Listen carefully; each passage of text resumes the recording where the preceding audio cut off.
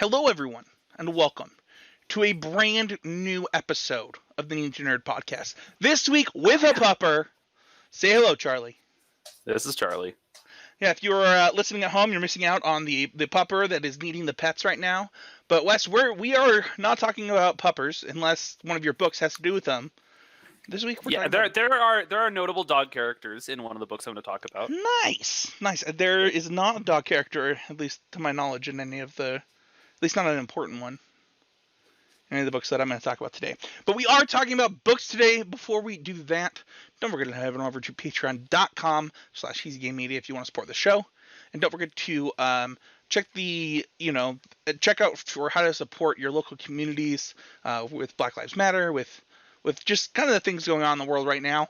But that's not why you're here. You're probably here to get a little bit of escape from the world this week. And we're excited to bring that to you. And we're going analog-ish. Yeah. Based on our choices these days, but yeah, we have the option to go analog on this escape if we want. That's true. You know, one of my favorite ways to escape is the West. Yeah. Reading. Oh, I was also just talking about reading. Oh, sure. Analog. I get it. I get what you're putting down now. Screenware. For the folks at home, I'm putting book in front of my face silly. West, this week I wanted to do something more laid back. I didn't want to review something. I didn't want to have to cram in a season of something during this week. I just wanted to talk about things I love. 100%. Sometimes it's just important to, step back and remember things that bring us joy, and remember the joy that things bring us. In all honesty, this week. I'll just speak from the heart because I think that's important sometimes. I might cry, podcast listener, so if I do, I'm sorry. This week is really hard for me. I personally have been struggling a lot the last 4 years, and it's possible that I'll probably have similar struggles in the next 4. But, yesterday, while I was sick from work, I thought, how can I bring myself some joy? Like, I'm so sick of feeling some of the things that I feel. And, we all go through that at times. No matter what's going on in our lives, we have moments where we are sad. And so yesterday I actually, in preparation for this episode, read some of this book. And then in reading this book, I was like, you know what I want to do? I want to play some KOTOR. And I actually put in the KOTOR disc and played some of that. And, man... While I was sick yesterday, it was still a pretty good day. Spencer, while I have not made much progress on my KOTOR playthrough, I would watch you play a KOTOR playthrough.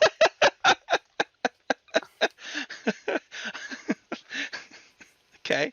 That's good. I think it would be a very expedient way to absorb the plotline compared to me putzing around on my own. That's totally fair. But I think back to this book in my hand, or the books behind my shelf that I'm going to talk about today. And I hope that people, when they listen to the episode this week, or whether if you're listening to it in the future and you're having a moment where you're like, man, I'm really sad about the goings on of the things of the world, take a moment to escape.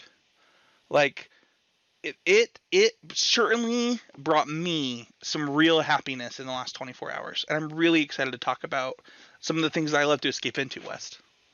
Yeah, and I want to say, take it one step further. Don't just escape into the cream on top of your favorite things. Yeah, that was the thing too. Is I play video games sometimes. I read books all the time, but it was like. But you have your favorites. Yeah. You have the things and even if it's new stuff, sometimes you just know you're gonna love new stuff. Right. So it's just it's absolutely being okay, this is going to be way better than I usually give myself. I'm taking a step away from whatever I'm grinding, maybe, if that's what you're doing as an escape, into something that is just pure fun. Yeah, and I like the analogy you made there. You get the cream on top. The thing is I could go find a new book and escape into a new book, but I also sometimes just want to just sit in Hogwarts and listen to Professor Dumbledore give a ridiculous beginning of the year speech that makes zero sense and brings me chuckles. I think that there is something to be said about. I've made that choice many times in my life. Me too. There is something to be said about just enjoying the things you enjoy. Life's too short not to do it, and so this week, that's what we're gonna do. Oh, go ahead. Way too many people are telling you not to. Yeah, for which is sure. weird. Well, it's enjoy what you're gonna enjoy. Listen to criticism when you hear it, because I think that criticism actually usually revs up my enjoyment of a thing, because once I've noticed something about it and it's something I'm like used to, then I can, really start to think about it and apply what I've learned and really pick it apart. Yeah, for good. I think that like when you listen to Patty B, our guest on that Hocus Pocus episode, talk about that movie, like he loves it. He watches it every single year. Do you know how many movies I watch every single year? Okay, other than the Star Wars ones. Like none. Like none. I don't even know if I watch movies in some years. Yeah. Just like the things you like, and yeah. I agree, West. I want to let you go first. So this episode has a little less structure.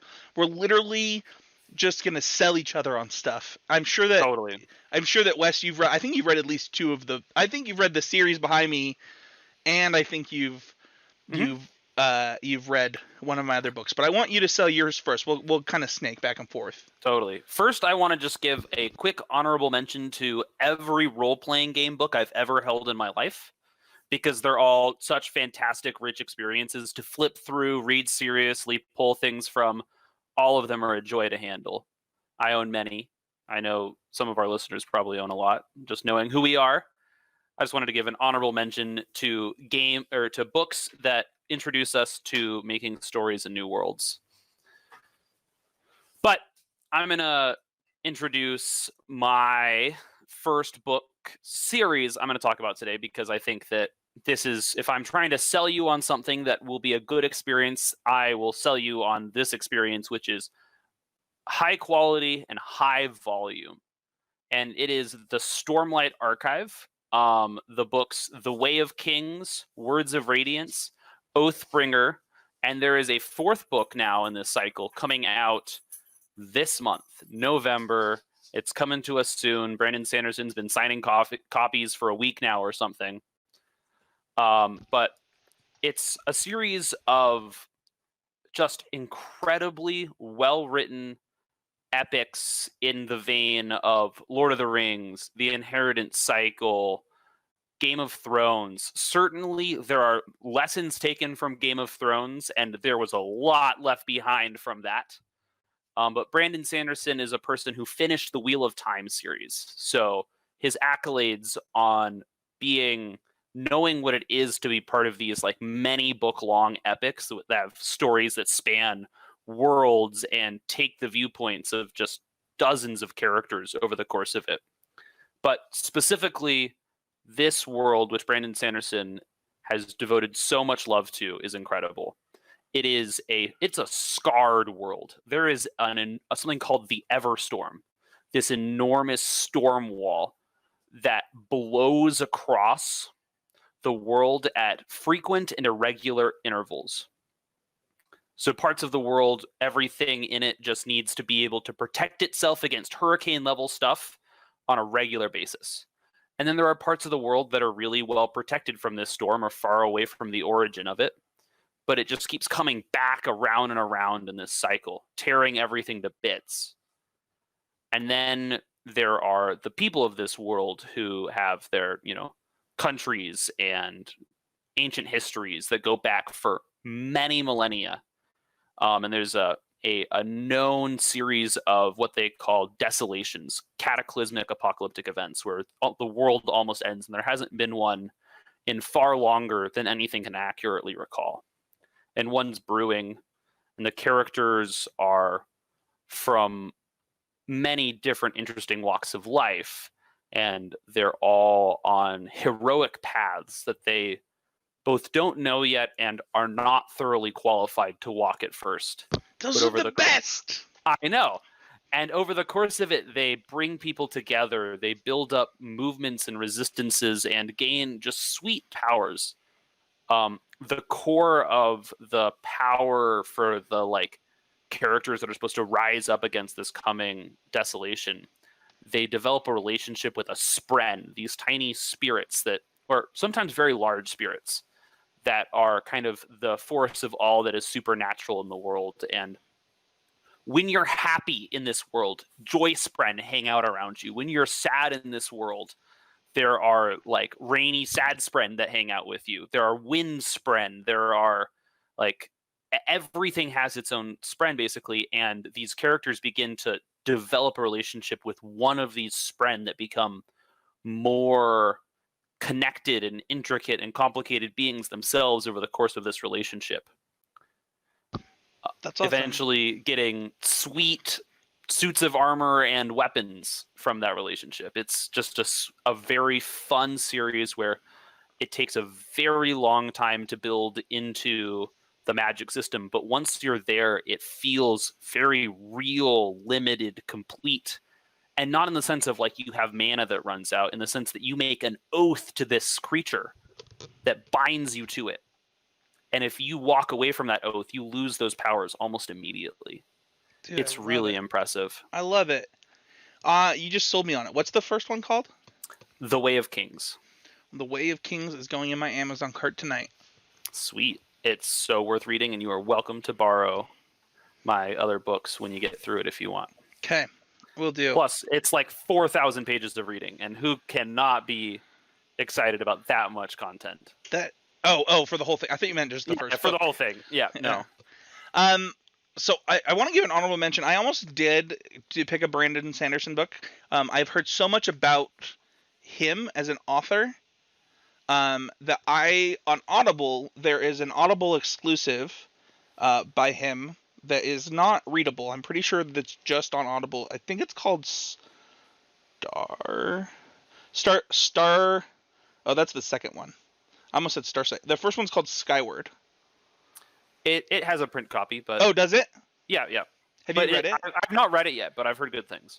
Yeah, it's a little bit young adult, but very, very enjoyable. I really enjoyed the writing, so I'll definitely be checking out the what is the series called? The Stormlight Archive. The Stormlight Archive. I'll be checking it out. Named after the light that their like money in this world, which are gems, get after one of these storms. And West, if you're down, I'm sure we can put some kind of links to these in the show notes for people to check them out. If you'll send those to me after the show, I'll put them in. Absolutely. So, West, you knew I was going to come with a Star Wars book, but did you know I was going to come with 5? Hey, there will be 10 books by the time this is through, and I believe him. That's my joke, because I'm going to talk about the best Star Wars books ever made. Ah, those Star Wars books. The Inheritance Cycle. I was not with it at first, because you've only made that ideation a few times around me, not all the time. It is so the Inheritance Cycle. It's so funny. I really love the origin of this, because Christopher Paolini, the author, got Aragon, the first book published. I think he wrote it when he was 14, published when he was 16. Is that right? I was thinking 17, but I'm sure a quick Wikipedia search for anyone who's more curious would know. But either way, before he was 18, the first of these books was published. And by all means, it's the one that like carries everything. Oh, it is a complete. It is an amazing piece of fiction, and the only thing that I would say, to sell it just as from the joke, is that if you like the story of Star Wars, like if you enjoyed the original trilogy of Star Wars, these books will bring you that kind of joy. Like that kind of like adventure feeling, this epic tale of across large distances and the family secrets. It's funny. I almost just wanted to talk about Eldest, because Eldest, I think I've said on the show, is actually just my favorite book of all time. And to me, when I remember the first time that I read Aragon. So we were driving to Bear Lake, is a very cold lake in Utah, for a scout camp. and we listened to like a chapter and a half of Eldest on the way up, and I was like, this is really cool. I want to read this. And one of the guys with me is like, oh, I have the first book in my bag. You want to read it?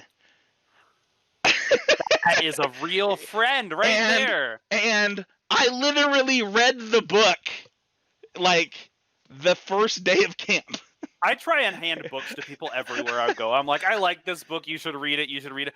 There are so many books that I don't have the first book in the series of because I loaned it to someone else and just Right. never saw it again. Yeah. And actually, that's true of my copy of The Way of Kings. Oh, there you go. That's why you didn't offer me the first one. I love it.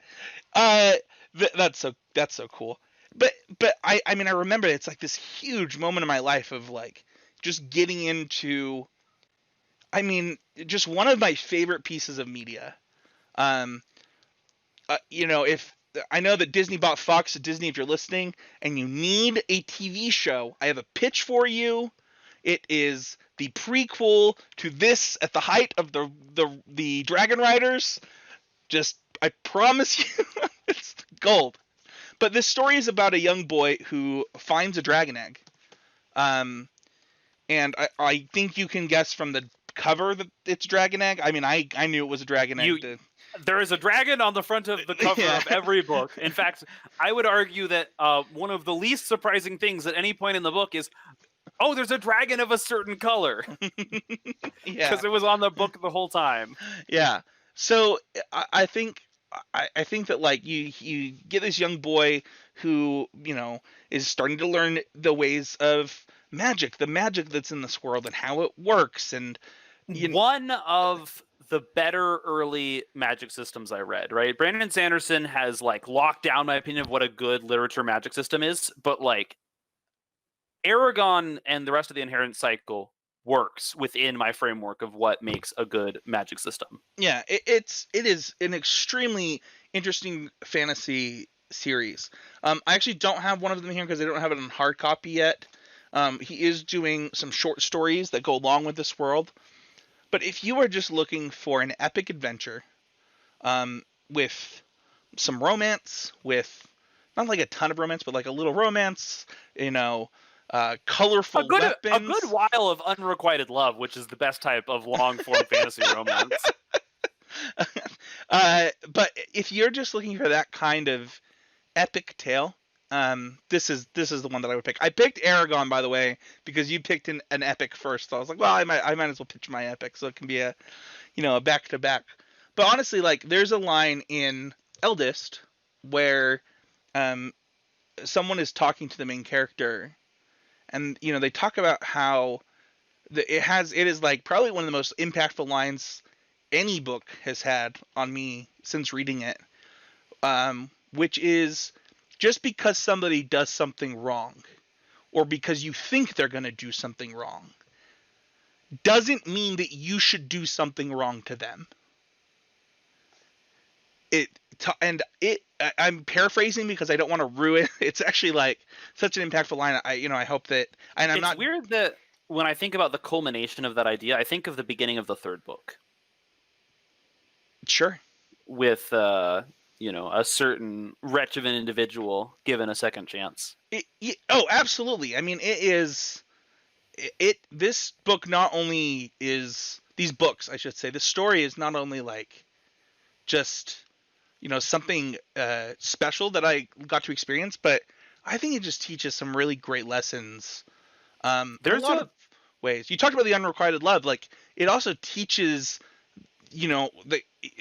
about boundaries in a lot of ways. It teaches about, I don't know, just really good lessons in these books that I really appreciated.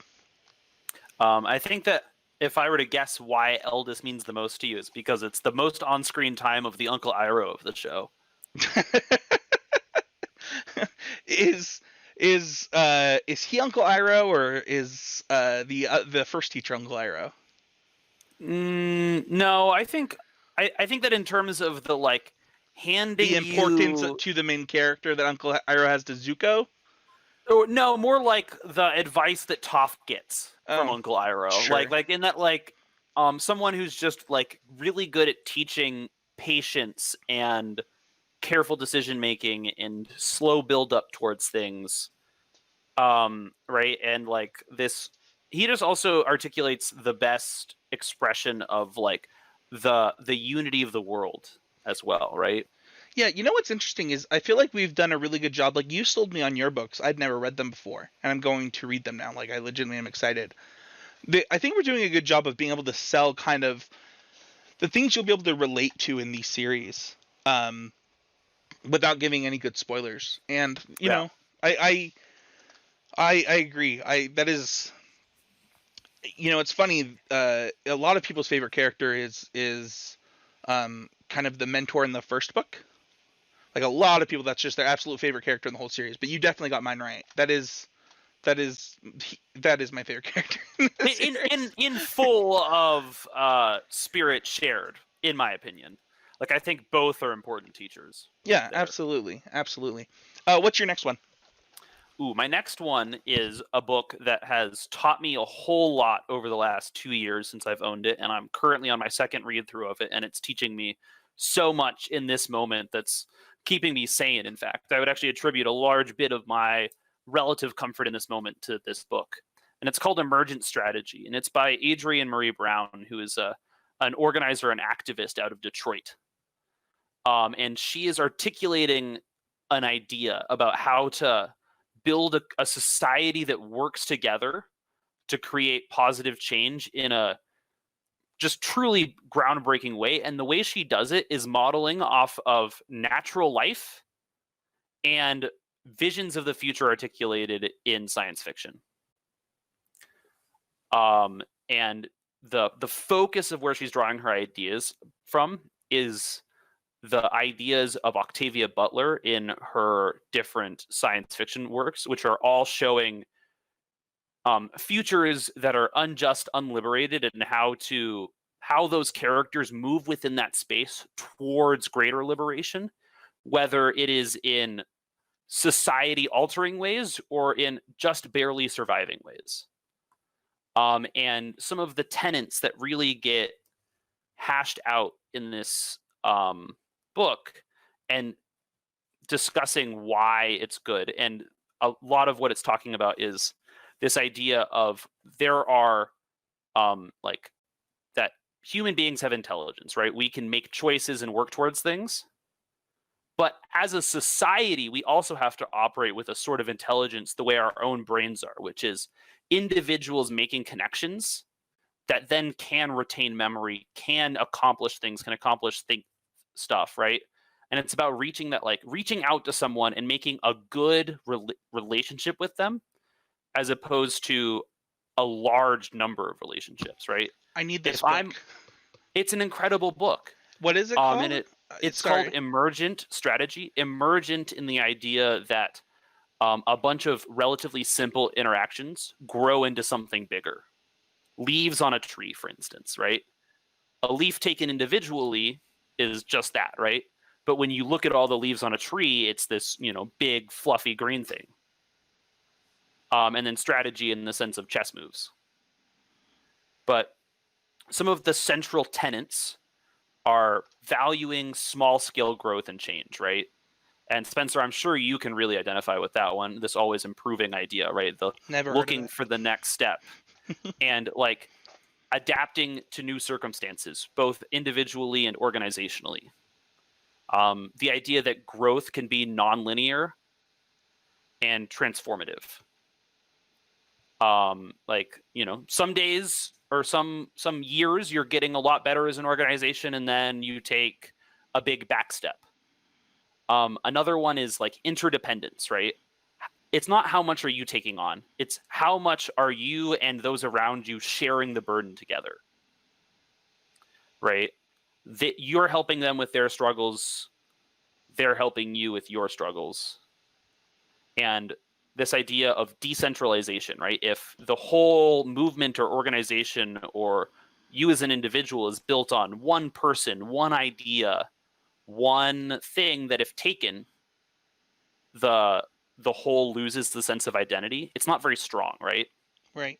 If a tree loses a branch, it goes on. If we lose our necks. But this idea that like if any one piece is removed, the whole thing should be able to function still.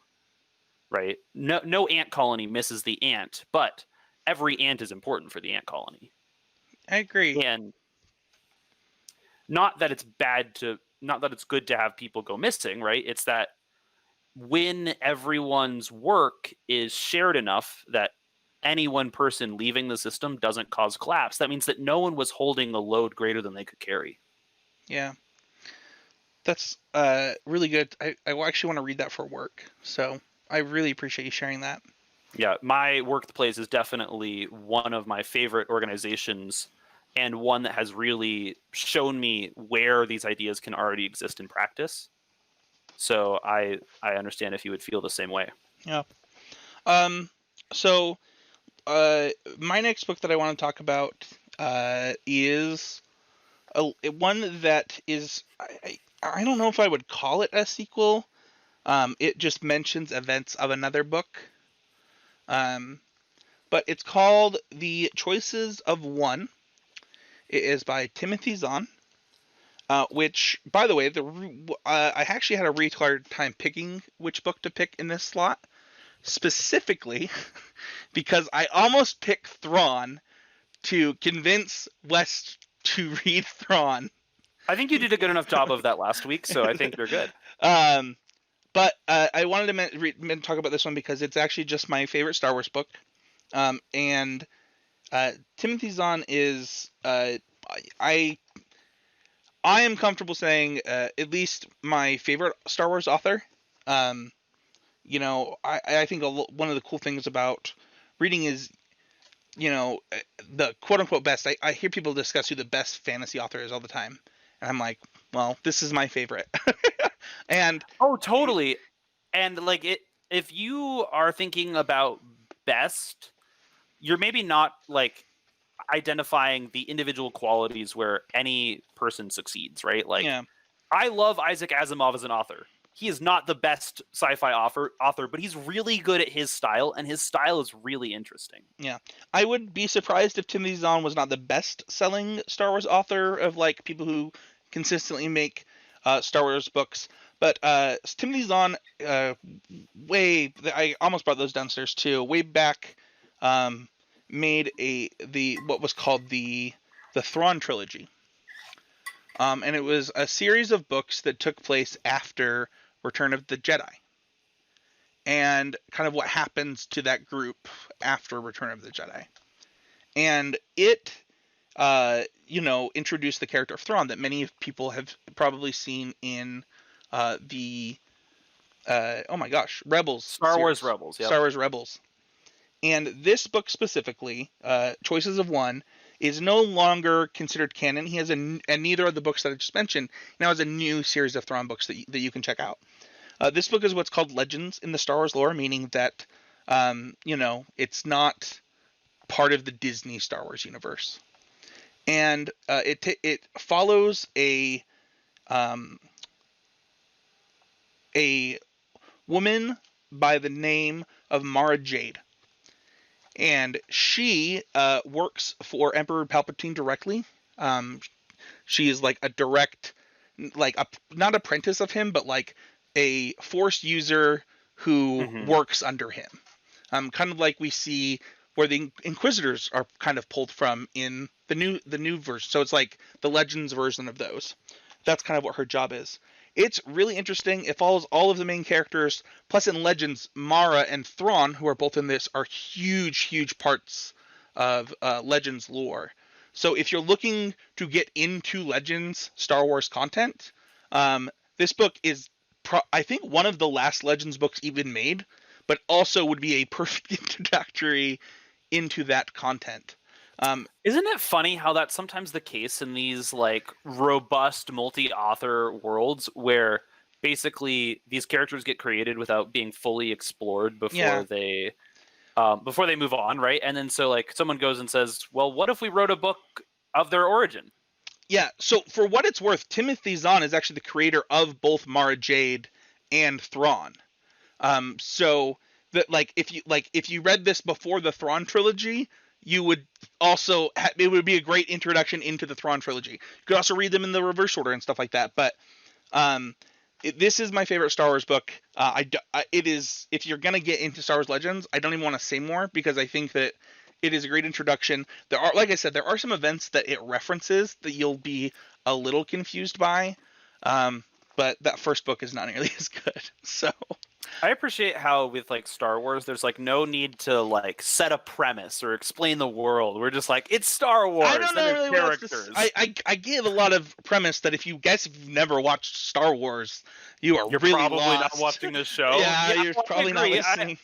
No, and I think that that's correct. I just it's interesting to think about, like, there are definitely people out there who have never engaged with Star Wars even a little bit. And right? If you are going to pick it up, plug your ears because I want to give some spoilers to convince people even more. It's not a huge spoiler. Most people probably already know this, but Mara Jade is actually Luke's husband in the sorry, not husband, wife. Yeah, in the Legends part. And so you're really hearing about her life as the Emperor's Hand. And it's really, really interesting. And just a good read. So, but yeah, that's my second one. Give us your third. Sweet. So my third it's a classic, and it's a book that, well, you might know from your English high school class, or high school English class, or you might know it from the high school English class in Donnie Darko, which is Richard Adams' Watership Down, and it is about rabbits. The premise is that a group of rabbits are informed by this small, weak little rabbit who's a seer, who can see the future in advance, who is definitely modeled after Cassandra of Greek myths, predicts the doom of their warren, the community of rabbits in which they live. And so they leave. They escape, or there's a little bit of trying to stop them from leaving, but they eventually get away before this disaster happens. And they have to make their way across the English countryside, which not super dangerous to us, but rabbits are pretty threatened anywhere they're moving out in the open by what they call the thousand enemies, the allele, right? Anything that wants to prey on rabbits. And they eventually they start interacting with some other rabbits and discover that not every rabbit system is the same, and they're trying to build their own cohesive idea of what is a life we want to live. What is a life where we are safe, where we all get what we want, where we're not picked on because we're too weak or because we're not fighting enough or stuff like that. And and the thing that I love about it is they're rabbits. They can do rabbit things. They eat, they fight, they dig, right? That's most of what they do. And they don't fight that much. And they run, right? There's a lot of running when you're a rabbit. But they have these complex ideas and characters, and there's a real sense of like group unity where the leader of them, his greatest skill is identifying the greatest skills in the others and putting them to work at what they do best and building that up in each other, to the point where it's like the first half of the book is a bit building and plotting, and you don't really know exactly what's happening, and these characters are kind of at odds with each other. And by the end of the book, it's like they are an experienced Dungeons and Dragons party, making plans, doing extremely bold action to change the world the way they want to, in an extremely fast-paced, one thing leads to the next thing. If the cool thing about it is that from about half of the book on, there's like never a point that doesn't have a lot of tension or a lot of payoff, right? And it just moves from one piece to the next. And I find myself glued when reading the second half, even though I've read it many times, because it's just an excellent adventure story, and the subjects are rabbits, which is really fun. Dude, I literally want to read every single book you pitched today. Man, I love books. There's a reason I picked my books.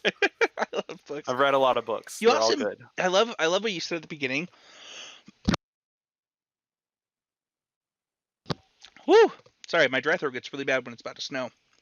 But you said something when you were starting to pitch about, maybe you heard of it in your English class. And I got distracted for a second thinking of the books that I read in English class. And then now I actually have to look up a book I read in English class, because as you were describing this, I was like, oh man, one of my favorite books about societies and how a society works, I also read in English class, but I don't remember what it was. Do you ever just like flash back to moments of, especially as a teenager, and you're like, wow, my teachers were really trying to teach me something good? That I did just have one of those moments. It's a great feeling, and I think that we could all reflect on it a bit better.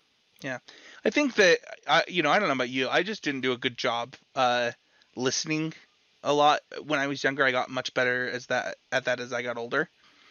I wish that I had been better about it, because I think that I could have learned a lot of interesting lessons from some of the books that I further required reading. So. Mm-hmm. It's also probably my most reread book of all time, right? This is my number one. This is like, nice. If someone asks me, what's your favorite book? I, without a thought, snap off Watership Down. Nice. I have not read it. And there are like a bunch of like ancient lore stories that they tell during this, where it's like their mythology of rabbits, basically. That's cool. And some of these stories are just some of my like favorite one-of short stories ever. They're just so funny and good. One of them is about this this really popped up trickster character tricking a dog into that there's like a fairy dog coming to visit him and stealing food from this house because of it. And it's just really funny because they're, absolutely just trying to like tear down this image of what a dog is in this story the whole time. And it's really funny. Dude, that's so awesome. I've got to read this. You did a good job pitching these. It is. Oh man, I'm so excited to read now. Actually, it's funny. I got excited to read when I talked about doing this podcast. What book report has ever made you excited to read? This one. This book report makes you excited to read. It was pretty great. Yeah. So I actually don't have my last book, so I can't show it on camera. Because I actually have only ever listened to it. Apt, I would say, for the book's content. Like that, you've only consumed it in a digital way. I also think that. And also, this is the only thing that the only story we've talked to where I think people kind of liked the motion picture for it. I liked the motion picture for it. Because no one likes the Watership Down motion picture, and no one likes. Oh, don't yeah, stop, exactly. Stop. We're not even. Ooh, you're gonna make me throw up. I actually really do hate that film, but to be fair, I don't think that anybody who didn't read like. Hold on, we gotta talk about this now, because I just made Spencer really upset. Everyone. The thing is, I pitched the idea of that Aragon TV show, but man, like Disney, you own the rights to the movies now. You bought Fox, like you looking for a story to tell that will make you money.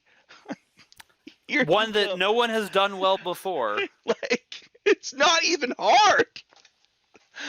Oh man. But seriously, if anyone ever says, "Hey, we should watch the Aragon movie," please just tell them no. Save yourself some time and walk away. Tell them no. That is like, I don't even know. I went to the movie with somebody who did not read the book, and he's like, "That was one of the worst movies I've ever watched." And you're like, well, if you knew what it was supposed to be, it would feel worse. What's even worse is I went to the midnight premiere of that, and I got food poisoning. So on top of it being a terrible film, I was sick for the next 2 days from a burger I had at the theater. All right, I went off. Anyway, we're going to talk about Ready Player One. I did not. So I have a new rule. So I heard the Ready Player One movie was coming out. And I have a new rule that I developed in my life because of book TV things, that if I have not read a book that a movie is coming out for, I do not read the book until I watch the movie. And then you read the book? And then I read the book. Why? So, because it happened once by accident. And you liked that experience? Oh, it was so much better. So the first time that it happened was with Ender's Game, and I love the Ender's Game film, Sure. and I haven't seen it. I enjoyed the Ender's Game books. I read them all. Or not all. I read Same. the first two. I've read every single book I read the in first two that and a half, and then I listened to setting. yes, that's what I was gonna say. Is I have read 0 of the spin-offs, but Hmm.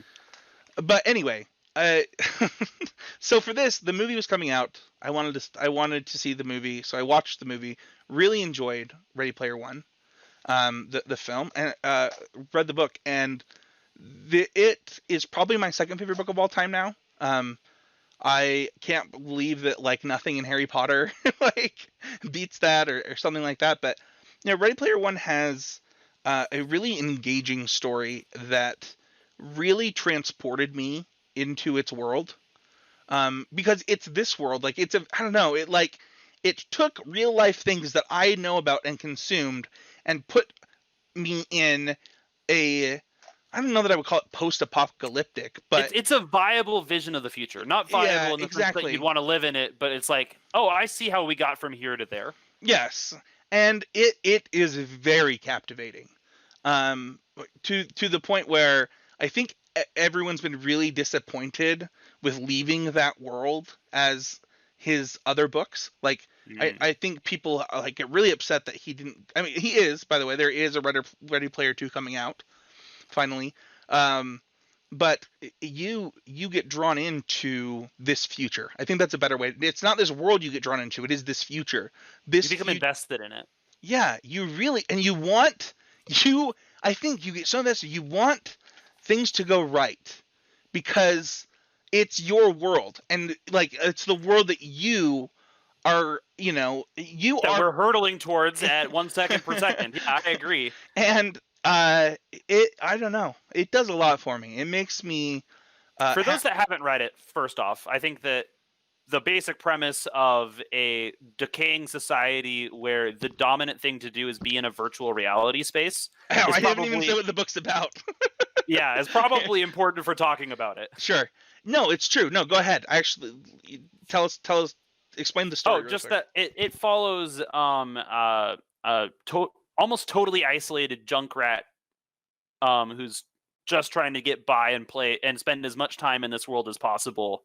When basically a Willy Wonka golden ticket situation happens, where the creator of this virtual reality passes away and reveals that there is this hidden gold mine, a One Piece, so to speak, for someone to unlock by finding these right Easter eggs. And he goes off on a journey to find it and has to contend with a lot of competition both in and out of virtual reality to get there. Yeah, it is quite amazing. I think that both the scale, size, creation process of this virtual world that called the Oasis, you get to learn about how this world came to be, you talked about how we could get from point A to point B. You learn a lot about how that happened. Yeah. And it's presented in a way that makes you invested, makes you care about it. Yeah, I think that this idea of a world in which virtual reality is so compelling that people are neglecting reality for it, and what that means is such a compelling idea that having read anyone exploring that space is such a foundational idea, especially when it comes to to the point where I think that oh god, what's the anime that people trash? Sword Art Online, as an idea of this where you are living in this virtual reality in a way, and the openness of that. What can that be? You can be anyone you want in that space, right? That's such an interesting part of it all, and unpacking these fictionalized, idealized versions of people that get presented in the Oasis versus their physical selves that don't match the expectations our protagonist has of them as he meets them, which is really cool. Yeah, and I think that at times, I don't know if it's, for me personally, I do a really bad job of not living online.